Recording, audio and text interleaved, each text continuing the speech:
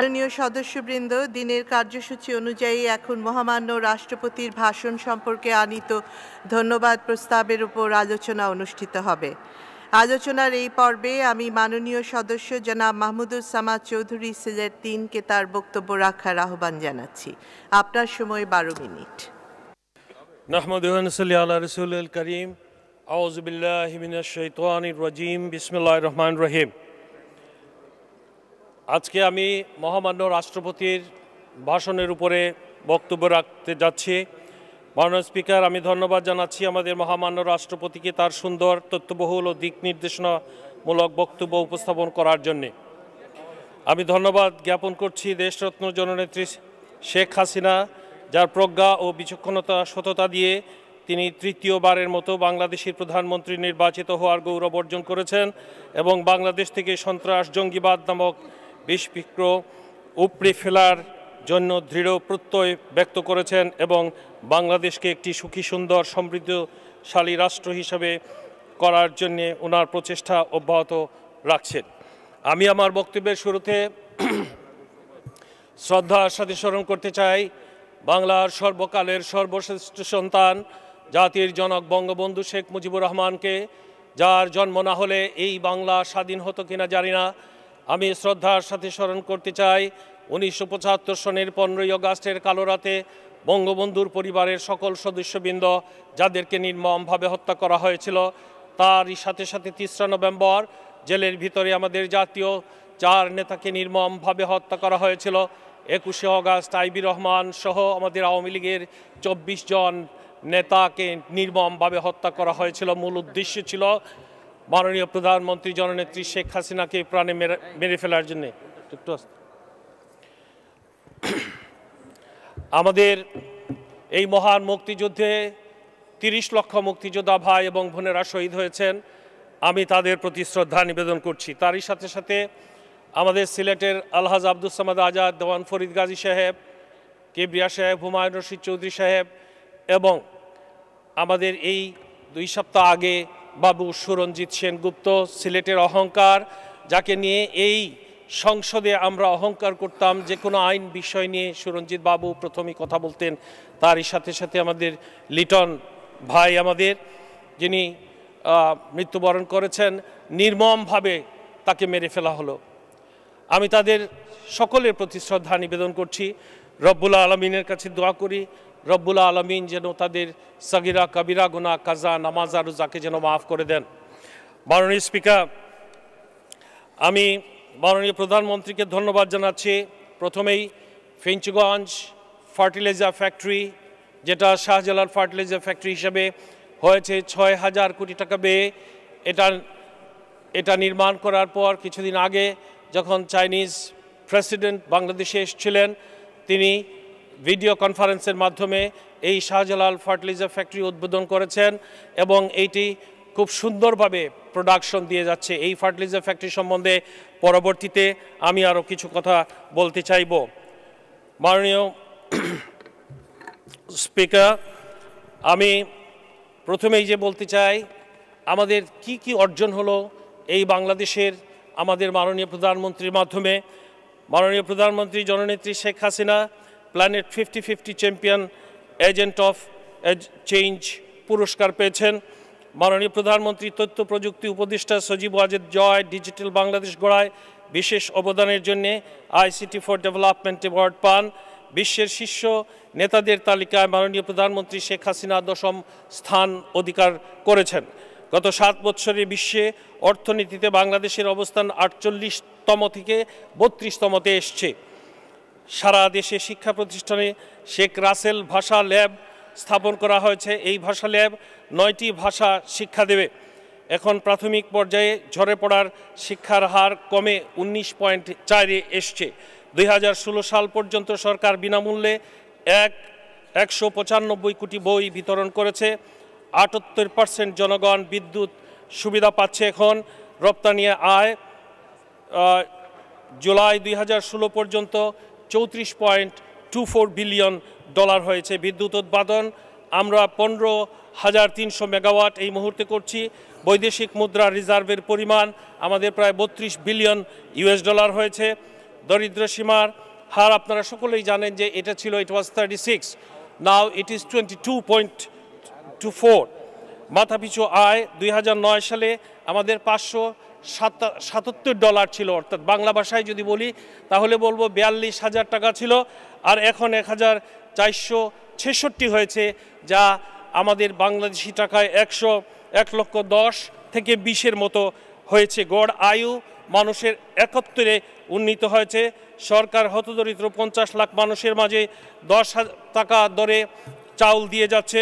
মুক্তিযোদ্ধা ভাতা এখন 10,000 টাকা হয়েছে। সারা দেশে 5,000 ডিজিটাল সেন্টার স্থাপন করা হয়েছে। 26,139টি প্রাথমিক বিদ্যালয়ে জাতীয়করণ করা হয়েছে। ঠিক এইভাবে বাংলাদেশের প্রত্যেকটা বিভাগে আমাদের উন্নতি হচ্ছে।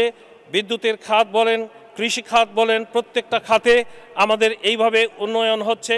99 জনগণকে স্যানিটেশনের আওতায় বাংলাদেশে আনা হয়েছে। ভারতে 40% মানুষ স্যানিটেশনের আওতায় এসছে। মোদী সরকার এসে মাত্র 2 কোটি টয়লেট বানিয়ে সেটাকে করেছেন, কিন্তু বাকি 50 থেকে 60% মানুষ এখনও কিন্তু স্যানিটেশনের আওতায় আসেননি। 209টি উপজেলাকে অপটিক্যাল ফাইবার নেটওয়ার্কের আওতায় আনা হয়েছে। 2017 সালের মধ্যে সম্পন্ন হবে দেশের প্রথম স্যাটেলাইট বঙ্গবন্ধু 1 মহাকাশে উৎক্ষেপণ করা হবে। প্রাথমিক বিদ্যালয়ে সহকারী শিক্ষক পদে 66% নারীদেরকে দেওয়া জন্য সংরক্ষিত করা হয়েছে। মাননীয় স্পিকার, সময় খুব কম, আমার কথা ছিল অনেক বেশি। আমি ফেঞ্চুগঞ্জ শাহজালাল ফার্টিলাইজার ফ্যাক্টরি সম্বন্ধে কিছু কথা বলতে চাই। শাহজালাল ফার্টিলাইজার ফ্যাক্টরি, এটা 6,000 কোটি টাকা ব্যয়ে নির্মাণ করা হয়েছে। এই নির্মাণ চাইনিজ কোম্পানি করেছে, এটা প্রোডাকশনে গিয়েছে। কিন্তু সবচেয়ে বড় যে বিষয় হলো, আমাদের বিসিআইসি কর্পোরেশনের আমাদের চেয়ারম্যান সাহেব ইকবাল সাহেব উনি আছেন। এই বিসিআইসি চেয়ারম্যান ইকবাল সাহেবের নেতৃত্বে ওইখানে কাজ চলছে। 6 লক্ষ মেট্রিক টন সার ফেঞ্চুগঞ্জ ফার্টিলাইজার ফ্যাক্টরি প্রোডাকশন দেবে এবং এইটাকে এইখান থেকে বাইরে বাংলাদেশের প্রত্যন্ত অঞ্চলে দেওয়া হবে। এখানে আমার কৃষিমন্ত্রী বেগম মতিয়া চৌধুরী উপস্থিত রয়েছেন, ওনার জ্ঞাতার্থে আমি বলছি। কিন্তু সবচেয়ে বড় যে সমস্যা আমাদের সেখানে হলো, এই সমস্যাটা হলো যে আমাদের এই সার বের হওয়ার রাস্তা নাই। আমাদের এই সার বের হওয়ার রেল লাইন আগে ছিল, এখন নাই। আমাদের যে নদীতে যে জেটি ঘাটের প্রয়োজন, সেই জেটি ঘাট এখনো নির্মাণ হয় নাই।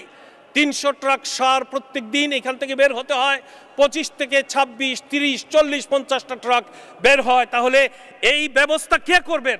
আমি মনে করি যে বিসিআইসির চেয়ারম্যান যিনি এখন আছেন, তাকে একজন ভালো এফিশিয়েন্ট একজন চেয়ারম্যানকে দিয়ে এটার গুড গভর্নেন্স এবং গুড ম্যানেজমেন্টে নিয়ে যাওয়ার কথা আমি এই অধিবেশনে আপনার মাধ্যমে আমি বলতে চাচ্ছি।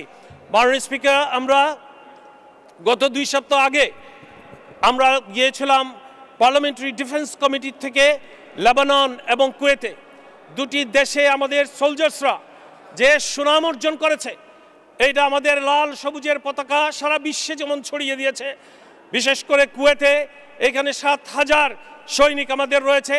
যখন ইরাকের সাথে যে যুদ্ধ হয়েছিল, এই যুদ্ধের সময় যত মাইন পুঁতিয়ে রাখা হয়েছিল, যত বম পুঁতিয়ে রাখা হয়েছিল, শুধু বাংলাদেশের এই 7,000 সোলজারকে দেওয়া হয়েছে।